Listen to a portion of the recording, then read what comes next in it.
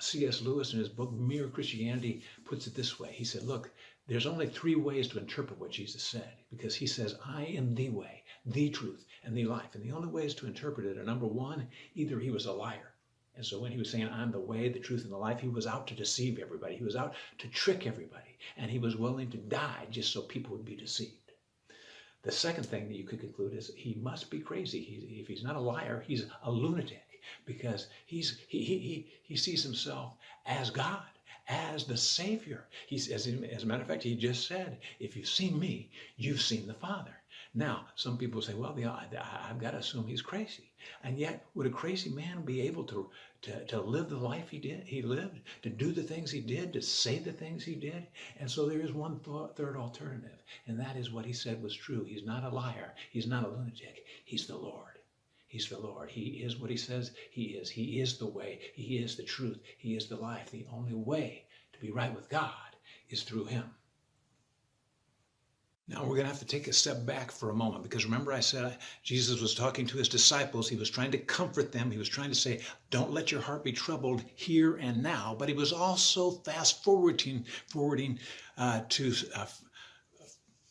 40 days after the resurrection, when the church age will begin, and he makes reference to them as the church. He starts to talk to them in the future, and he's not only talking to them, he's talking to us, and he's giving us an explanation of what is happening, how we should live our lives in light of his life. And so I'd like to kind of take a step back and look at what Jesus says from the perspective of a Jewish wedding. You see, John, earlier in his book, he referred to Jesus as the bridegroom. This reference was made in Matthew and Mark and Luke, as well as in John, Jesus as the bridegroom. And later on, Paul starts talking to the church and calls them the bride of Christ. The bride of Christ. And so with that in mind, that Jesus is the groom and the church is the bride, let's look at this passage from the perspective of a Jewish wedding. Now you'll see in John chapter 14, verse 2, Jesus says, in my Father's house are many dwellings. If it were not so, I would have told you, I go to prepare a place for you. So here's what you need to understand. Back in the day, in Jesus' day, when a young man and a young woman were going to get married, the arrangements were not made by the young man and the young woman. As a matter of fact, they would be made by the two fathers, the father of the boy and the father of the girl, oftentimes when they were still young infants. But maybe when they were teenagers, the two fathers would get together, and the one father, the father of the groom, would have a conference with the father of the bride, and he would say, hey, you know what? I think my son and your daughter should get married. And I think that would be a good thing. And that way your daughter will be taken care of, and my son will be taken care of. And the father of the bride would say, well, what's it worth to you? And so first of all, you need to understand that the fathers were the ones that were making this arrangement. So if we have any single people here, or even any married people here today, what would you think about how would you like it if your fathers were the ones that made arrangements for your marriage? Would that be something you would be good with? Most of us in the U.S. wouldn't, but really statistics show even now when the parents are the matchmakers, as they are in some countries, marriages last longer. And so don't necessarily put this down, but that's the way it was back then. The two fathers would get together, and they would make this agreement that their son and their daughter would get married. And the father of the bride would say, well, wait a minute, I'm going to be losing something. I'm going to be losing all the income that she could bring in. You need to pay me something. And so there was a down payment made. There was a payment made, and this was in a contract form, so that actually officially they were married by contract. They weren't together. They weren't living together, but they were engaged to be married, and it was a legal document. Technically, they were married.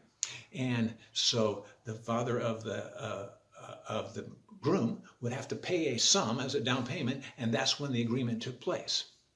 And then the other thing that took place was the father of the groom would have to give the daughter that's going to be married some kind of earnest money, something that, today we give a ring, right? But back then they have something of value that would help sustain her and know that really this marriage was going to happen.